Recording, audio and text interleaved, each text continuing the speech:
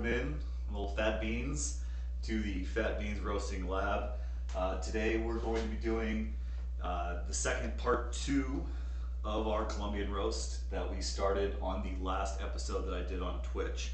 Now if you notice, we've done a pretty big jump from roast 73, which was the last time I did a Colombian. Now we're on roast 80. If you have not followed us on Instagram yet, it is in the bio. It's Fat Beans Coffee Lab. There you can check out a Instagram TV that we did, a special one on Saturday just for Instagram, where I actually had my brother down here and we did a kind of a novice first roast. So it was a lot of fun. My brother makes an excellent co-host, kind of brought me on my shell a little bit. So check that out. It is on Instagram at Fat Beans Coffee Lab.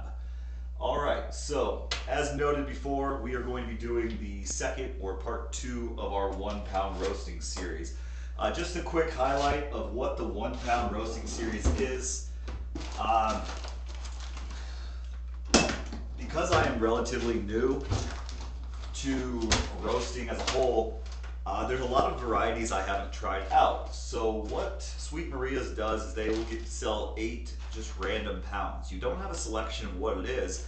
They'll just send you some, maybe they've run a little bit low on certain things, maybe they are trying out different things. It's a really good way to just get a bunch of different regions. So I bought 8 pounds and it's really given me an opportunity to test the different regions of different coffee regions that I may not have tested because of my own flavor preference. So tonight we're doing the second pound, or the second half pound of the Colombian. So if you look at that. Now we did the first half pound of this about 5 days ago. We've already started trying it, and I will say it's very good. If you've watched any of these roasts before, you will notice that I tend to be an Ethiopian, dry process, very fruity, very acidy. The Colombian was kind of a best of both worlds. It still had a lot of fruity, acidy notes, but was really made mellow by some chocolatey tones, and we also roasted it dark. I did say in that last roast that even after seeing it, I might have wanted to take it a little darker. So with this roast, I'm going to be taking it just a hair darker than I did last time, in an effort to even try to balance that cup out even just a bit more. But overall, it was very good. A couple of new things while I'm getting preheated here to keep an eye out for. So just let me preheat my machine real quick.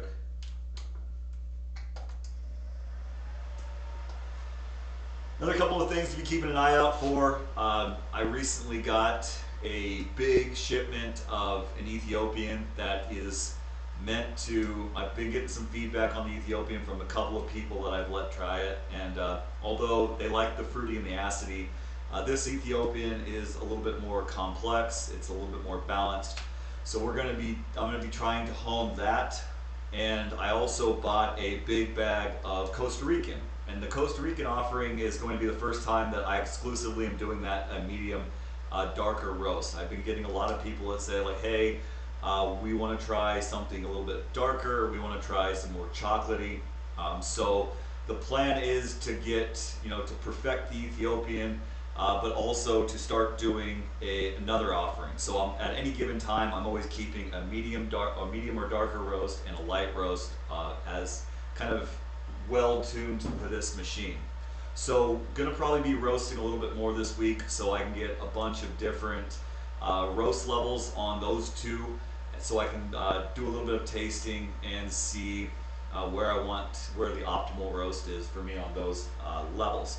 One other thing I want to go ahead and bring your attention to: Friday we will be doing our first guest to the kitchen.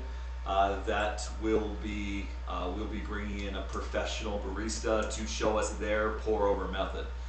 So not only is this the method that he's perfected on his own, it's also the method that is used primarily at a local coffee shop here in Kansas City. And I'll let him kind of go over all the techniques that he has, how he perfected it, how he came to it. He'll be able to show us, walk it through. It should be a lot of fun, so that will be on Friday. So we're going to get our machine brought up to temperature. For this one, we're going to do 230. That is what we did last time on the last half pound, and get it up to roast. As always, if you have questions, drop those in the chat. I will try to answer those, and they can be about roasting, brewing, coffee countries, geography knowledge, random things. But go ahead and throw anything in the chat if anything pops in or comes to mind. Also, anything technical, as this is the official 1 month streaming anniversary on Twitch today. So if anything technical continues to rise, please let me know so I can get that ironed out as quickly and seamlessly as possible. Alright, so our machine is coming to temp.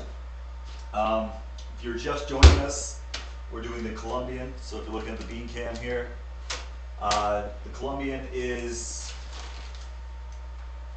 a cup of fruited imitation, both dehydrated and wine-like, canned prune, apple pear, tart, and an acidic impression, somewhat subtle but structured. So not nearly as acidy as, say, a dry process, but still enough fruit to balance. Even as we take it darker, it's going to have enough acidity that it creates a very balanced cup. And that is what both Julie and I immediately said when we tried this. We ran it through a Chemex, AeroPress, and drip coffee maker. We both immediately said this is probably one of the more balanced yet fruity cups that we've had. So gonna take this medium dark, probably a city plus, right up to full city, and see what our results are. So almost got it up to 230. No need to measure, as we did the half pound last Wednesday, and now we will do the second half today.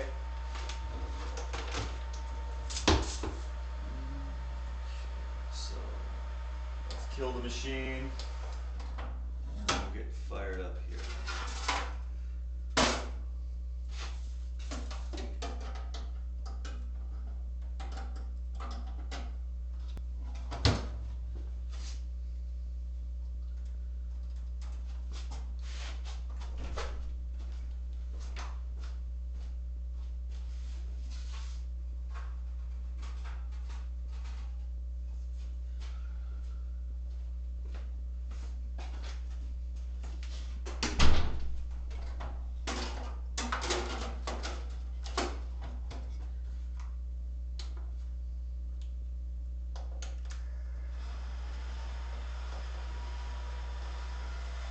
Okay, so we got it set up.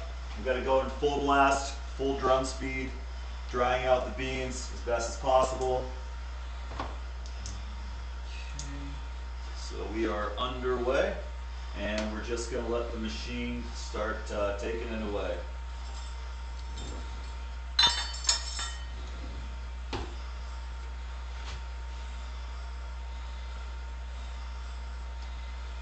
So a couple of notes, just keep track of while we're roasting.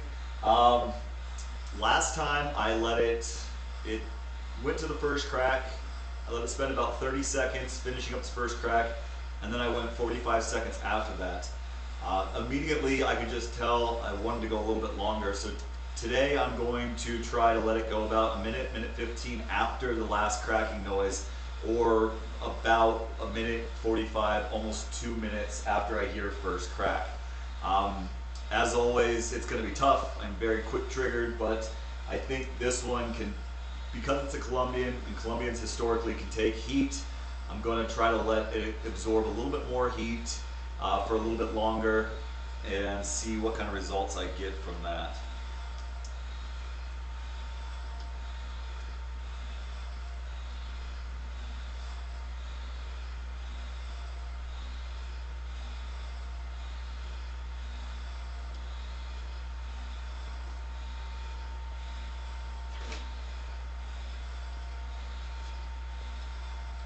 The machine itself is warming up pretty well. The air is starting to dry out a little bit, even though we're just getting started. about 146. So it's a little bit hotter than it was last time, so I'm going to want to keep track of that. Overall, no big deal.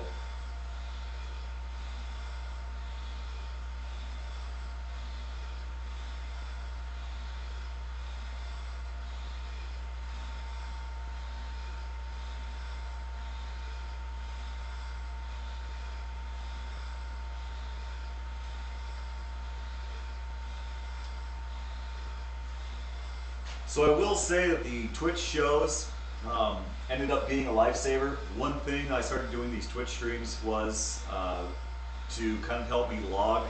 Although I do keep a analog log of different times, I wanted to have a digital log because it's, 2021, so it's easier to record than write anymore. And really, this roast was the first time that it became very helpful in the sense that my notes that I took the last Colombian I did, as I said earlier, it's the 8th. I have done 8 roasts since that Colombian, and looking at them, they were a little bit undescriptive. So I was able to go back, watch the stream, and kind of listen to notes that I made over the video, and all that information was really helpful in kind of crafting my technique that I'm going to be using here in a little bit.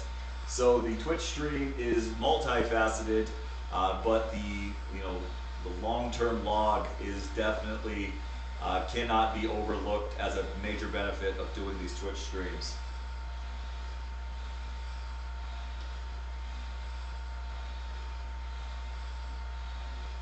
I also see the Twitch streams as a fading homage to my hairline, so I will note it'll be interesting to see when I'm doing this, say January in a year from now, kind of what we got going on up here.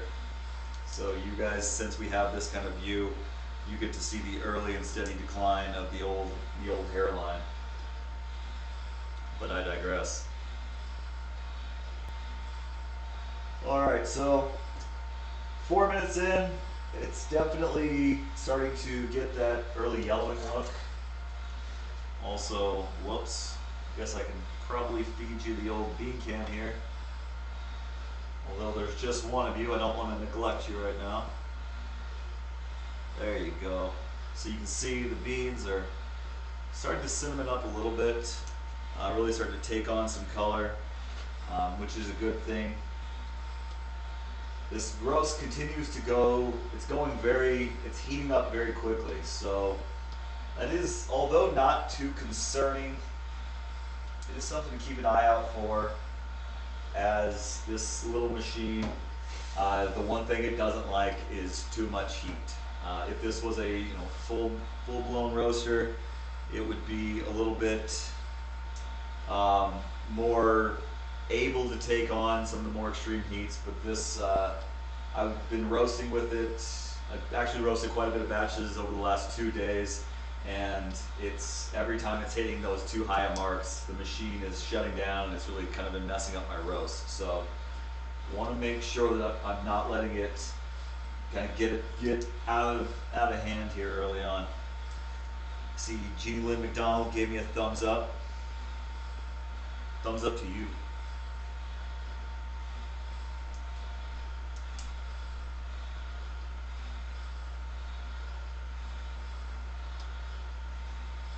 Okay, so 305, roasting at a pretty good rate. Hopefully at about 8 minutes 30 seconds we'll be entering into the first crack, which puts this roast right on mark. So hopefully that continues.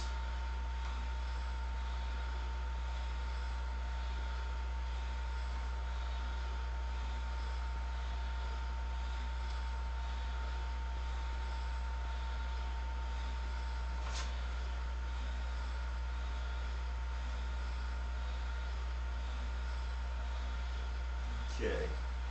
How long does the machine like? That's a pretty good question. So, from what I've heard, B-Mores are relatively new. They've only been out, the earliest editions have only been out for about 6 years.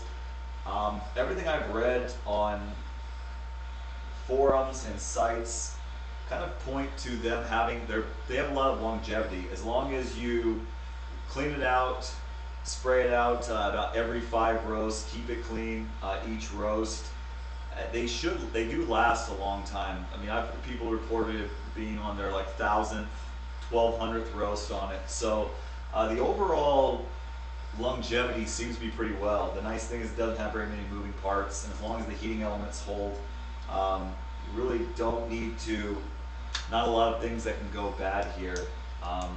So it is definitely very economical in the sense that if you were just roasting for yourself once a week, this machine would probably last you, 10, 15 years. Okay, so minutes in, we lose a little bit of heat due to the machine kind of topping out. Hopefully that doesn't mess up our roast too bad. Overall, it looks pretty good. It's a cinnamon light brown color. It'll probably take about another minute, soak up some more heat, and we should be getting to that first crack. Now, as I said before, we're going to try to go about 2 minutes after the first crack in order to really try to balance this out, get a nice medium roast on it. Are you keeping track of how many roasts you've done? If so, how many? I am keeping track. This book does have every roast logged in it, so this is number 80. So number 80. The goal is to hopefully be able to get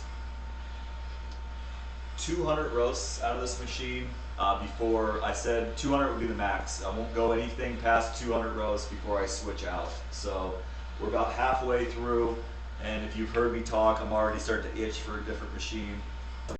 But what I've been able to learn just in the first 100 roasts have been, well, excuse me, the first 80 roasts has been very, very informative. I feel like my knowledge of not only roasting but coffee has just gone leaps and bounds over the last 6 months. So we get some early chatter. Quiet down once you listen to that.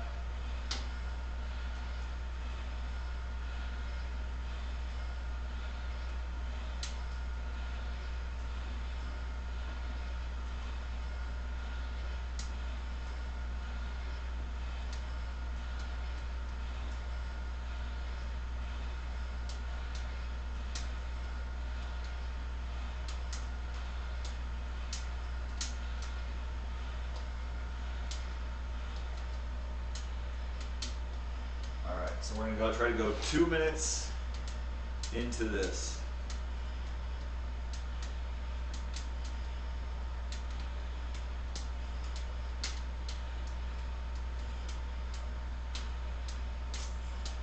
So definitely very smoky. That is the problem with going a little darker. The smoke is intensified by quite a bit. That is just one thing about taking darker. You do definitely need smoke suppression. This machine usually has a little smoke suppressor inside of it. Does a pretty good job of cutting some of the early smokes, but when we get into those medium dark roasts, it does get really smoky in here. And although we're in the basement and most of the smoke, it does tend to travel a little bit, so I'll need to be upgrading my exhaust system here probably sooner rather than later, especially if I keep roasting at this high level. Okay, so that's about a minute in. Looking good.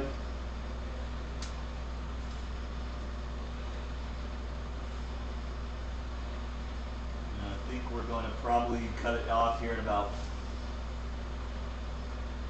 another 30 seconds.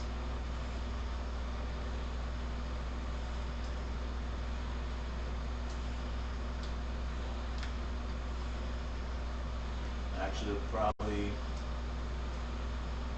looking at it, I think that's all she's going to take. So, decided hopefully we've taken a little bit darker than we did before.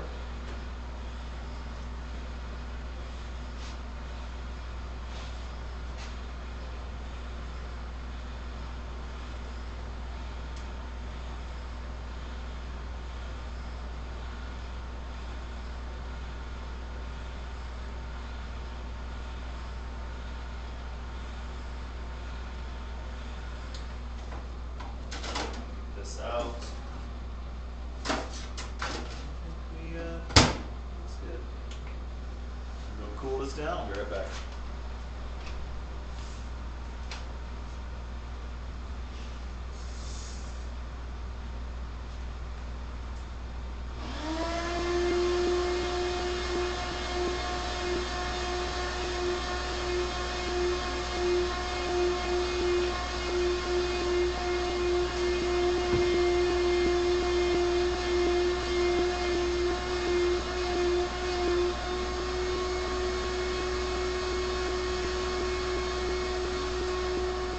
Alright, so I think we achieved our goal of going a little darker, but again, like always, we'll know a lot more once we get it into the cup.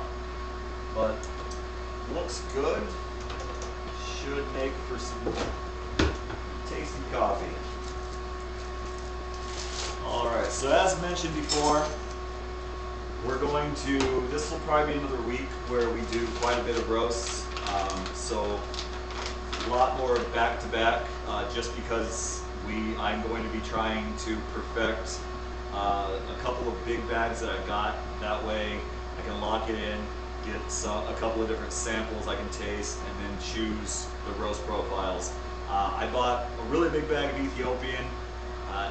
As you've probably seen on this channel, I've done a lot of Ethiopian. I think I could probably get that one dialed in pretty quickly. And then I got a big one I'm excited to get, to have it kind of be my medium roast, my medium dark roast staple, where I'm bringing in either Costa Rican, Nicaraguan, or even maybe a Colombian.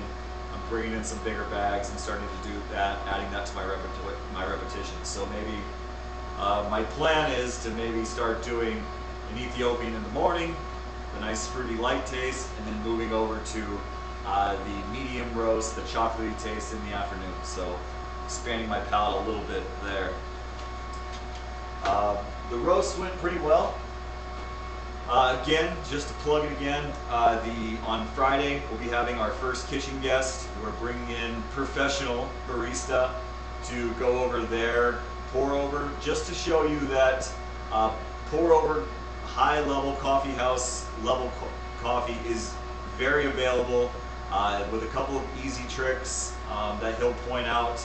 You'll just see how easy it is to make coffee house level coffee at your own house. So with our freshly roasted beans, hopefully we can teach you guys a couple of tricks on how to up your coffee game a little bit. Especially, on the weekend when you got a little bit extra time and you want to experiment.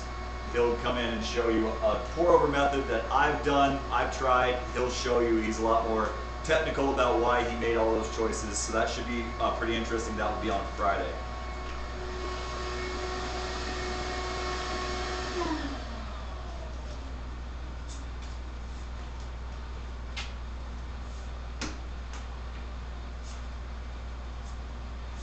Remember, it's still chaffy, but overall very even. Nice medium. Probably still a little bit lighter than I was attempting. I think that's just something I got to note. The Colombians seem to take heat very, very well. I would guess that's because they're grown high up, high altitudes. They're very dense, very slow growing. But I'll do some research on that. But just from the looks of it, looks very even. I think it's kind of setting itself up like the last roast, but won't know until we start tasting it. But overall, very, very pleased with how even it looks. I do like the color, and I think this should make a pretty good, a pretty quality coffee. What kind of coffee has the chocolate undertones to it again? So chocolatey undertones are found a lot in your Central and South Americans. Also with what's called the washed. There are 3 distinct processing methods. A dry process is where they really do nothing. They leave the fruit on.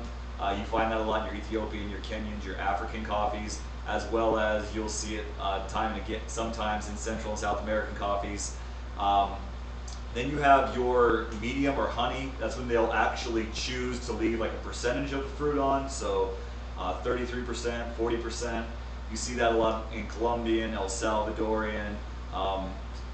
You see it in some other Central American countries. Then they try to add fruit notes.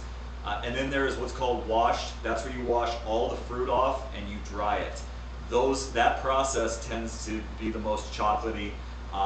Your Costa Ricans, your Nicaraguans, your El Salvadorian, Guatemalans, your Mexicans, those are your really, really chocolatey, earthy kind of flavored coffees. You get into your your South Asian, then you start getting some really interesting flavors, plum, raisin, tobacco.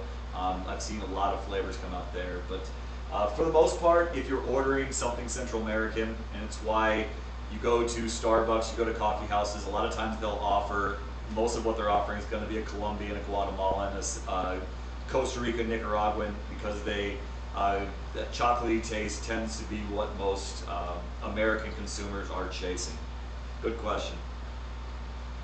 Okay, so coffee as a whole, looking really good. We'll go ahead and shake it off.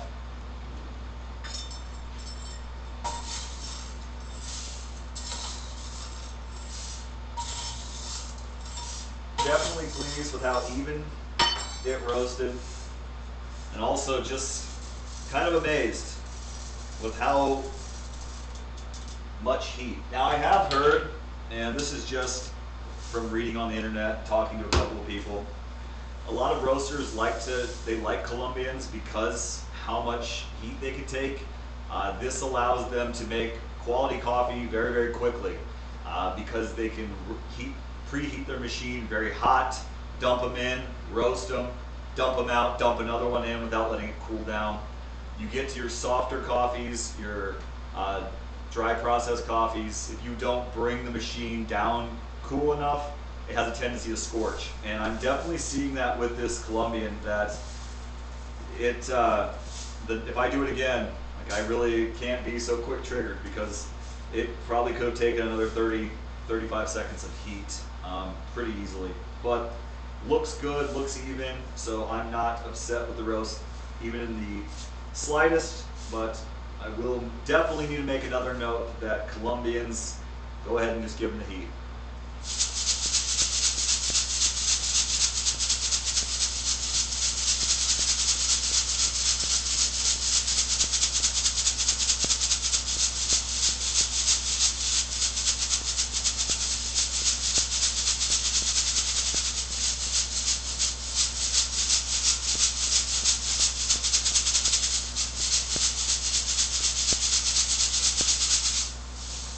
Alright, so those of you, looks like quite a couple of new people joining us. Those of you just jumping in, we did the second half of the Colombian. We did a medium roast on it. It looks pretty good, so very pleased with how it turned out. Interested to see what kind of flavors we get out of it. I'll be roasting quite a bit more this week. And we have the Friday night kitchen show to look forward to. I'm going to hang out for a couple of minutes, so if you've got some questions, feel free to drop those in the chat.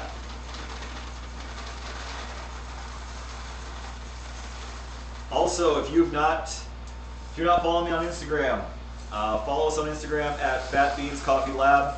There was a special show that we did just for Instagram where my brother was down here. Kind of cut loose a little bit, showed a very amateur roaster, meaning he's never roasted before, the ropes, and I think we had a pretty good time. So check that out if you've not done so. Leave some comments. Also, if you want to see, let me know if you want to see Paul again. As of right now, he's banned from the roasting room, but with enough shout outs, we can bring Paul back. So Jay Brogren, how do you recommend to brew this roast? Allow some of the more subtle flavors to shine through. I think this would not disappoint inside of a drip coffee roaster. I think this has some good notes for a drip. I haven't done a pour over of it yet. I think this would be a nice medium roast for a pour over, and especially I did do it in the AeroPress. The AeroPress was good. I just remembered, I also did this in the mocha pot. If you don't know what a mocha pot is, someday if I can get it all set up, I will try to show you exactly what a mocha pot is. But the mocha pot is pretty good. So Overall, this Colombian, very, very flexible. Some unique flavors. It tends to be, I'll definitely need to take a note that Colombian coffee, uh, definitely flexible. And I think when you're a new roaster, flexibility is not a bad thing. So I think you'll probably be seeing some Colombians again. That I'm not probably not going to say that about everything I've done with the 8 pounds, but I can definitely see this working its way into a more consistent rotation in the future. All right, so it's going to be tidying up a little bit. If you got any questions, drop those in the chat.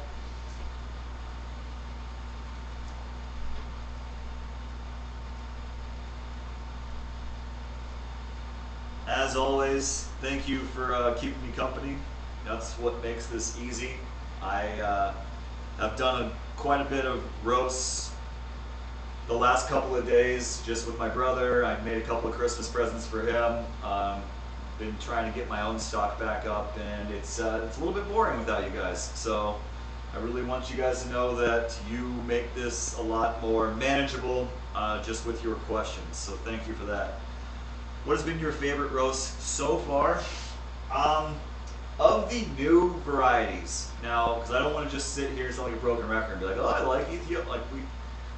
I really like the Nicaraguan. I think that one just had some. It was just such a balanced cup, but it had a rich flavor. I think that one is very good. Well, that was some real top-notch English I just used there. That one was good. But it was, and it's kind of starting to get me to come back to the medium roast. I think when I first started into coffee, I was like, oh, I'm going light roast. Nobody does light roast. There's all these flavors in light roast I never tasted. But now that I'm roasting my own and I can kind of tweak it, I'm very, very curious to start moving my way back to the medium roast, the chocolatey, the vanilla, and just see all the different kind of the balancing and flavors I can attract from that. So hopefully the Costa Rican I got will match up with it, but definitely the Nicaraguan. So Belvarte, if you had to live somewhere else in the world and dedicate your life to coffee, where would it be? I would say that's a good question. Immediately, I would probably say either Costa Rica or Panama, simply because they have certain volcanic topography that could find me away, like deep in a volcanic crater, a very, very mild and mellow temperature. I like the mountains, but I don't like the cold. I like the tropics, but I don't like the ocean. So I think I would probably have to say either Costa Rica, Nicaragua, or Panama. I do like the Central American rainforests, and I also like their very volcanic areas. And they just so happen to be some of the best coffee growing locations on Earth, so that doesn't hurt either. Belvarte, where would you like to live with the natives? So, again, I think Panama, Costa Rica, but we start living with the natives. I think probably Nicaragua, just because it is a little bit more poor, it's a little bit more disenfranchised, and I think they have a lot to offer in the coffee community as far as growing. I think there's a lot of small, passionate farmers.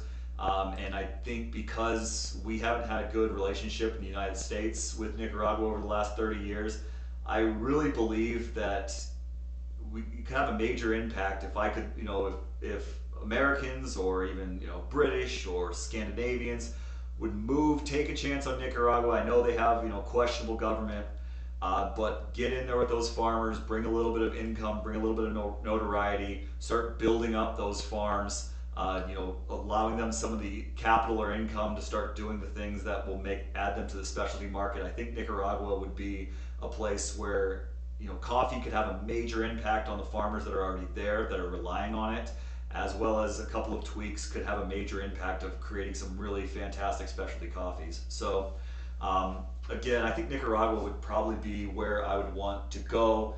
I think it would have a major impact, and I think the coffee that would result would be top notch. That's a good question. I like these questions. Now planning our next vacation. Yeah, I mean, definitely. I think this, if coffee hasn't done anything for Julie and I over the last 2 months, it's just got us wanting to go to Central and South America. I have been very touch and go. I've been trying to learn Spanish again. Now, when I say again, I've tried to learn Spanish for about the last 20 years, and I've failed for about the last 20 years. But now that coffee is like, I'm like, well, I could go there and tour farms and get a better idea, and maybe even start making connections. If I knew Spanish, it would be, it'd be kind of be a gateway for me. So I think this time my passion for learning Spanish has definitely increased. And also being able to go and technically say we're doing business there by looking at farms and happen to be in Central and South America is not the worst thing to happen to a human. So. Okay, so really good questions there. So thank you, Belmarte. Those are really got me wanting to go now. So thanks for that. I'll now turn back to my 28 degrees that it is here right now and just dream about the day. Hopefully we can get, they'll start opening up the country in the next couple of months, and we can start doing some cool things linked with some different places we can go. But I think that is a good place to stop. Again, thank you for everyone who tuned in tonight. You are the ones that make it a lot more enjoyable for me. I will be roasting quite a bit this week, so be looking for the notifications. And as always, be easy, and I'll see you next time.